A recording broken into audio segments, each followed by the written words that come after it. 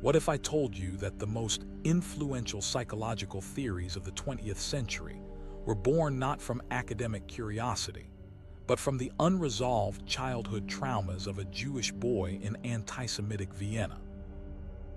The unconscious always reveals itself, even in the work of the man who discovered it.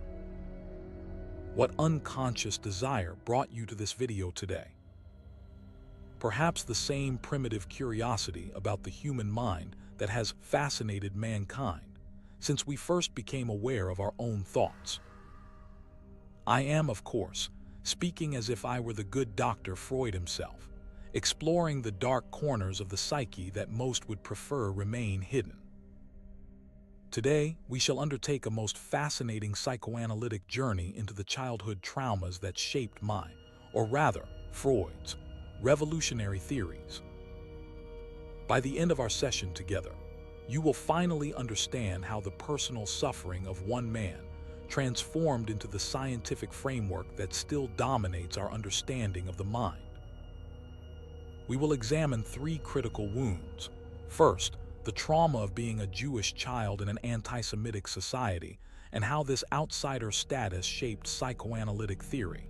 Second, the death of young Julius, Freud's infant brother, and the resulting birth of his theories on death and aggression. And finally, the complex relationship with his mother that gave rise to perhaps his most controversial theory, the Oedipus complex. Before we proceed deeper into this analysis, I must remind you that understanding these connections will forever change how you view not just Freud's work, but perhaps your own psychological development as well. The formation of the superego, that internalized parental voice of moral authority, begins in earliest childhood. For young Sigmund, born in 1856 in Freiburg, Moravia, before moving to Vienna at age 4, this development occurred within the context of being fundamentally different from the dominant culture. Vienna in the late 19th century presented itself as the sophisticated center of European culture, yet beneath this veneer of civilization lurked primitive tribal hostilities, specifically a virulent anti-Semitism that would later fuel the horrors of the 20th century. Young Sigmund encountered this hostility directly when his father Jakob, wearing his new fur hat, was knocked into the gutter by a Christian who shouted, "Jew, get off the pavement." What do you suppose happened in the mind of young Sigmund witnessing his father, his model of masculine authority, humiliated and refusing to fight back? This moment crystallized what I would later term a narcissistic injury, a wound to the developing ego that demanded psychic resolution. This experience of being the outsider, the other, permeates psychoanalytic theory in its very structure. Consider how the analytic session positions the analyst as the observer of human behavior, standing apart from normal social interaction, much as young Freud stood apart from Viennese society. The psychoanalyst, like the Jewish child in anti-Semitic Vienna, develops a heightened sensitivity to the unspoken rules, the hidden meanings, the things people say versus what they truly mean. Is it mere coincidence that psychoanalysis focuses so intently on uncovering what lies beneath the civilized veneer? Or was this the direct result of a child learning to navigate a society that proclaimed sophistication while harboring primitive hatred? But this experience of otherness was merely the stage upon which a more personal tragedy would unfold, one that would shape my understanding of the death drive and human aggression in ways I could never have consciously anticipated. Before we analyze this critical death in Freud's childhood, I'm curious, what childhood experiences do you believe shaped your adult personality? The comments section awaits your self-analysis, and perhaps together we can uncover patterns that confirm or challenge my theories. Your contributions become case studies for our collective understanding. At the tender age of 1 year and 7 months, young Sigmund encountered something no child should face so early: the death of his infant brother Julius, who lived only 7 months. Consider the psychological implications. A toddler suddenly relieved of a rival for maternal attention, yet simultaneously confronted with mortality and his parents' grief. What primitive emotions might surge through such a young psyche? Relief. Guilt for feeling relief. Fear that his own hostile wishes somehow caused this tragedy. The ambivalence, the simultaneous experience of contradictory emotions, would create what I later termed the cornerstone of neurosis. This early encounter with death planted the seed for what would become, decades later, my theory of thanatos, the death drive, which I introduced in Beyond the Pleasure Principle in 1920. The concept that humans harbor an unconscious drive toward destruction and self-destruction emerged not merely from clinical observation, but from the unresolved trauma of a child grappling with death and his own ambivalent response to it. The death of Julius created in young Sigmund what we might call the first analytic patient, himself. His developing ego needed to make sense of death, of his contradictory feelings, of the sudden change in his mother's emotional availability.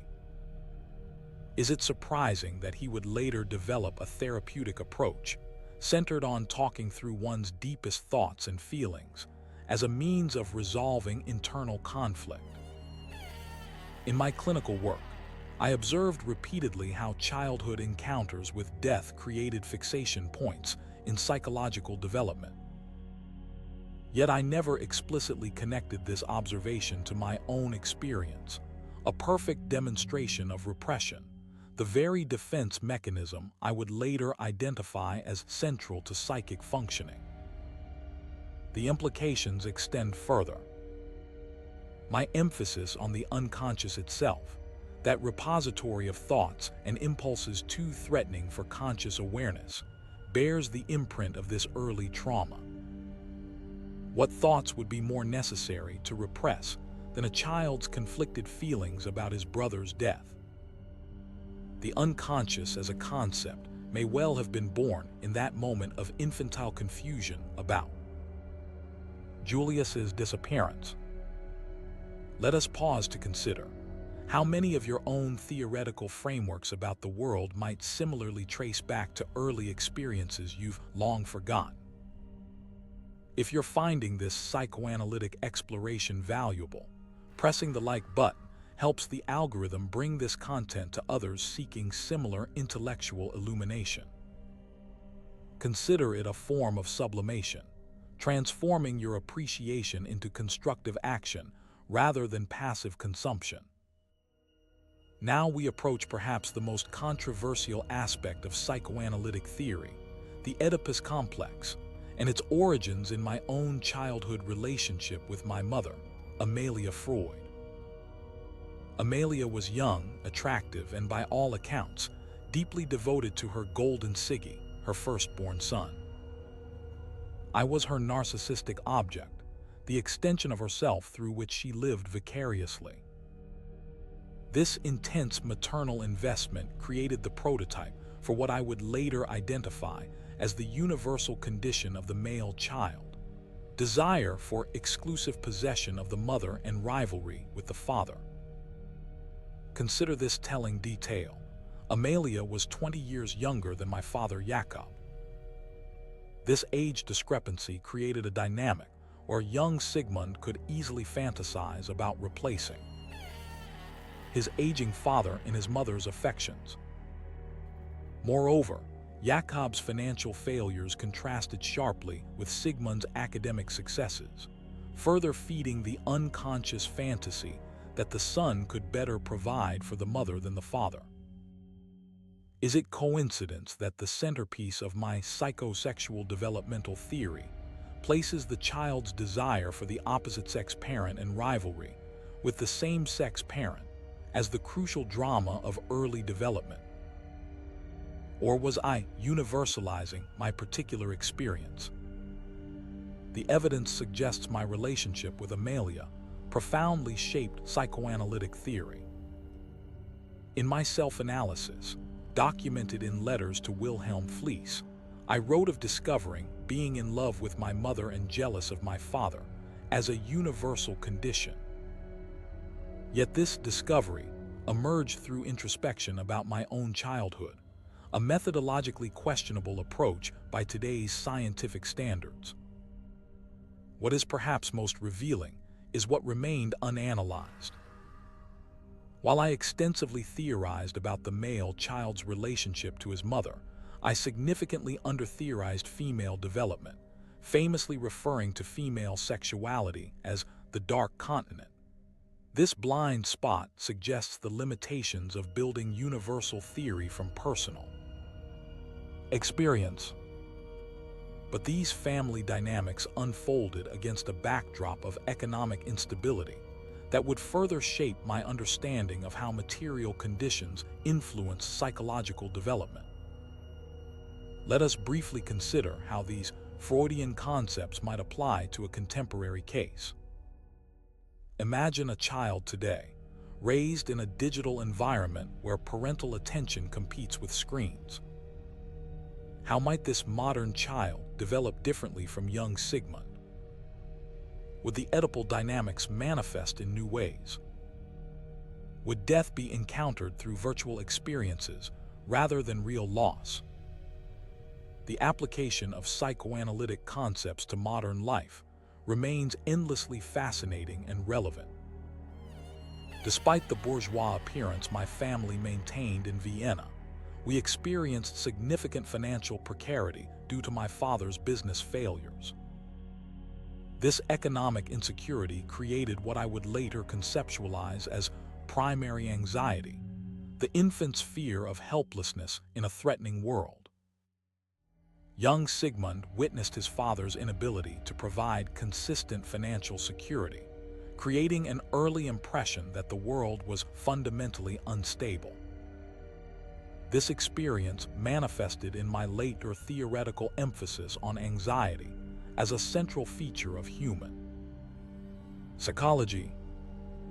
The concept of signal anxiety, the ego's warning system for impending danger, bears the imprint of a child who learned early to anticipate potential catastrophe. Moreover, this financial instability created tremendous pressure for academic achievement. My mother's frequent declarations that I would achieve greatness placed the burden of family redemption on my intellectual development. Is it surprising that I would later develop a theory centering on how early childhood experiences create patterns that determine adult behavior? The economic dimensions of psychoanalytic practice itself, the fee-based structure, the emphasis on regular appointments, the creation of a professional class of analysts, all reflect my reaction to early financial insecurity. I insisted patients pay for missed sessions precisely because I understood how economic transactions stabilize relationships that might otherwise dissolve under the pressure of transference and countertransference. My experience of financial anxiety also influenced my understanding of the defense mechanisms. Consider reaction formation, the psychic process of transforming an unacceptable impulse into its opposite. The child who fears poverty may develop an excessive focus on financial security. My emphasis on the anal character, the personality type associated with orderliness, parsimony, and obstinacy, reflects this dynamic, as does my famous collection of antiquities that grew to fill my consulting room. By transforming financial insecurity into a theory of character development, I demonstrated the very sublimation I would later identify as the highest form of defense mechanism, the redirection of unacceptable impulses into socially valuable achievements. Before we continue, you might wonder how these childhood traumas connected to my most controversial personal habit, one that nearly destroyed both my health and reputation. When we return, I'll reveal how my cocaine addiction wasn't merely a personal failing, but provided crucial insights into the psychological mechanism of addiction that informs treatment approaches to this day. Welcome back to our analysis. As promised, we must now examine one of the more problematic aspects of my biography, my relationship with cocaine, which I initially investigated as a potential miracle cure before becoming dependent on it myself. In 1884, as a struggling young doctor seeking to establish my reputation, I began experimenting with cocaine, initially hailing it as a treatment for morphine addiction and various ailments. I wrote enthusiastically about its effects in Uber Coca, describing it as producing exhilaration and lasting euphoria. What I did not immediately recognize was how this substance served as self-medication for my own psychological wounds. The cocaine-induced confidence counteracted the insecurity of the Jewish outsider in Viennese society. The stimulant effects provided energy to work obsessively, fulfilling the maternal expectation of greatness. The euphoria temporarily filled the emotional void left by early losses. This personal experience with dependency informed my later understanding of the repetition compulsion, the unconscious tendency to recreate early traumatic situations. The cocaine habit demonstrated how we seek not pleasure, as I initially theorized, but the discharge of psychic tension, even when this discharge ultimately creates suffering. My cocaine use also revealed the power of denial, my capacity to minimize the negative consequences of my behavior, even as my colleague Ernst von Fleschel-Marxo, whom I had recommended cocaine to for his morphine addiction, descended into a more severe addiction.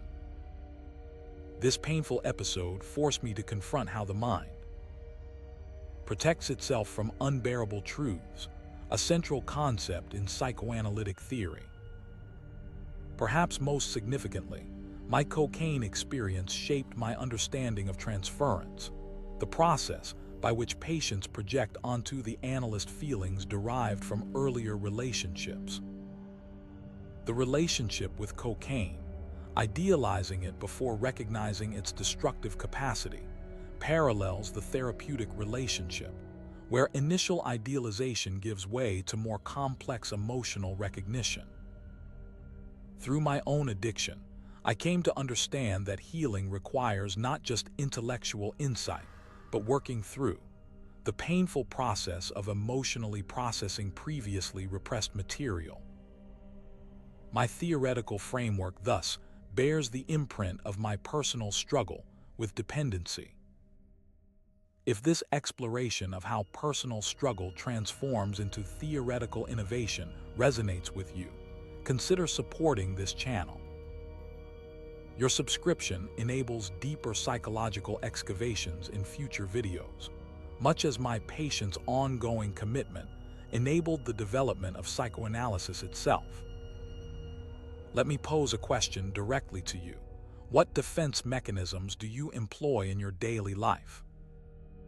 Perhaps rationalization, justifying behaviors with seemingly logical explanations. Or projection, attributing your unacceptable impulses to others. Maybe sublimation, channeling your primal drives into creative or intellectual pursuits. Take a moment to reflect on how you protect yourself from psychological discomfort. This self-awareness is the first step toward the kind of insight psychoanalysis aims to facilitate. We have examined how specific childhood traumas shaped specific aspects of psychoanalytic theory. Now we must consider the broader transformation, how the traumatized child became the revolutionary theorist who would fundamentally alter humanity's understanding of itself. This transformation illustrates what I termed sublimation, the defense mechanism by which socially unacceptable impulses are channeled into socially valued achievements. My personal wounds became the foundation for a theoretical edifice that has influenced fields from psychiatry to literature, from child development to cultural criticism. Consider the revolutionary nature of my central insight, that human beings are not masters in their own psychological house. This radical notion, that conscious awareness represents merely the tip of the psychic iceberg, challenged the Enlightenment emphasis on rationality that dominated Western thought. Where did this insight originate? In the experience of a child whose conscious understanding could not make sense of the contradictions he faced, loving parents who could not protect him from societal hatred, ambivalent feelings about a brother's death, desire for a mother who belonged to his father, economic insecurity despite intellectual promise. The concept of the unconscious provided a framework to contain these contradictions, a theoretical space where incompatible impulses could coexist without threatening the coherence of the ego. The traumatized child created a theory that normalized internal conflict as the universal human condition rather than a personal failing. This transformation of personal trauma into universal theory represents both psychoanalysis's greatest strength and its methodological vulnerability. The insights derived from self-analysis provided unprecedented depth of psychological understanding, but lacked the empirical validation that modern science demands.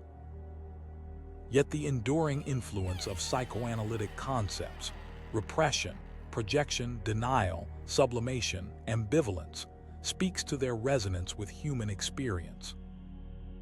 Even those who reject the theoretical framework often employ its vocabulary, a testament to how effectively these concepts capture psychological reality. As we approach our conclusion, you might wonder, if Freud's theories were so shaped by his personal trauma, does this invalidate them as scientific contributions?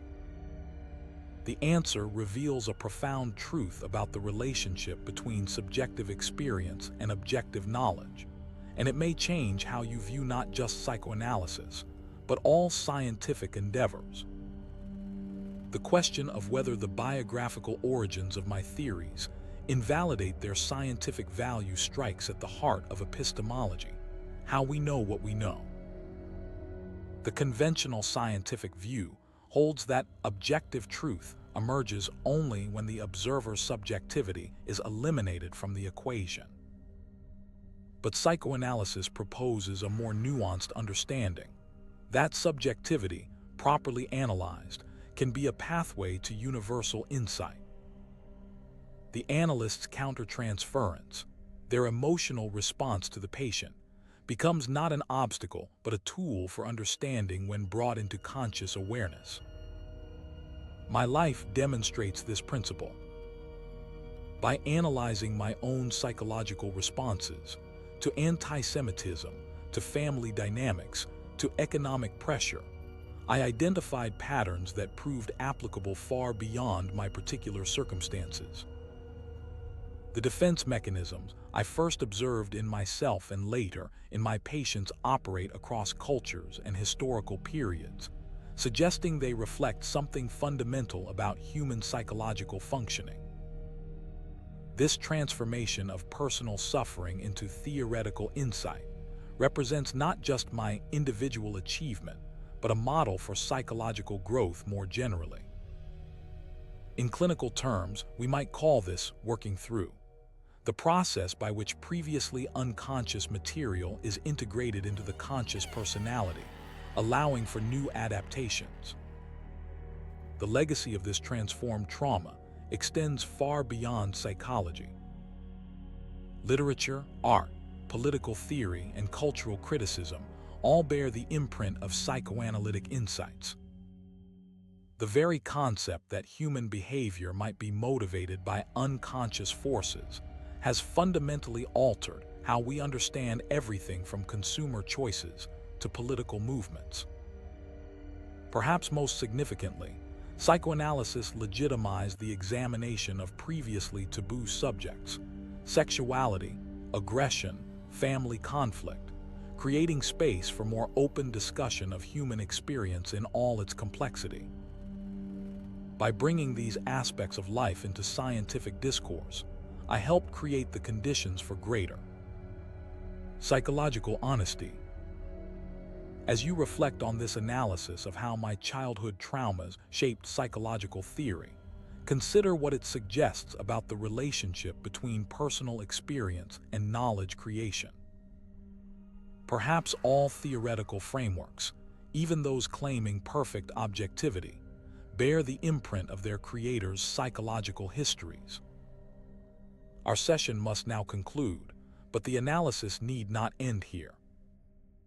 Next week, we shall examine the explosive rivalry between myself and Carl Jung, how our competing childhood traumas created divergent psychological frameworks that still influence mental health treatment today. This exploration will reveal how the personal conflict between two brilliant but wounded minds expanded the very boundaries of psychological understanding. If today's session has illuminated the connection between personal experience and theoretical innovation, consider subscribing to continue this intellectual journey. The unconscious reveals itself gradually, and much remains to be discovered about how our early experiences shape our understanding of the world.